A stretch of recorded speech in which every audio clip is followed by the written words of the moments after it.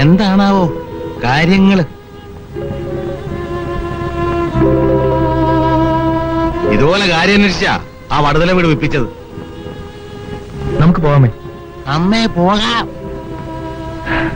പോടാ.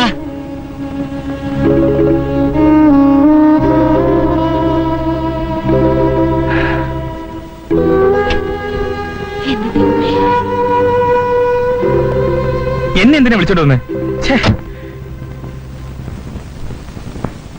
വണ്ടിയേ നിന്റെ അമ്മയുടെ സ്ത്രീധനമൊന്നുമല്ല.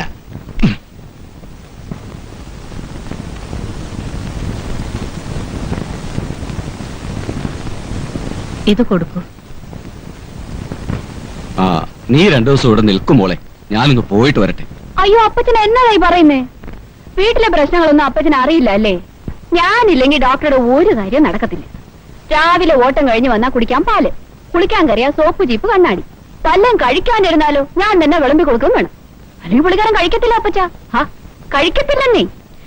എല്ലാത്തിന്റെയും വാല് തൂങ്ങി നടക്കാൻ ഞാൻ തന്നെ വേണം. ഡോക്ടറുടെ കാര്യങ്ങളൊക്കെ കഴിഞ്ഞ് ഞാൻ കിടക്കുമ്പോ മണി 12 ആവും. ഇല്ല ഏച്ചക്കെ? അതെ അതെ, എന്റെ പൊന്നപ്പച്ച, ഇവളില്ലെങ്കിൽ എനിക്ക് അവിടെ ഒരു സമാധാനമില്ല. എന്റെ മാമച്ച, അവള് പോട്ടെന്നേ. ആ, എങ്കിൽ പൊയ്ക്കോടി മോളെ. ഇതാര്?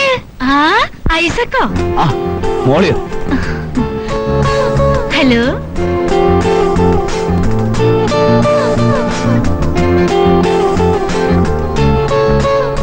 നമുക്ക് പോവാം.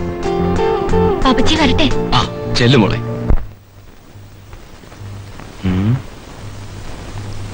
സമയം അങ്ങ് പോകുന്നല്ലോ.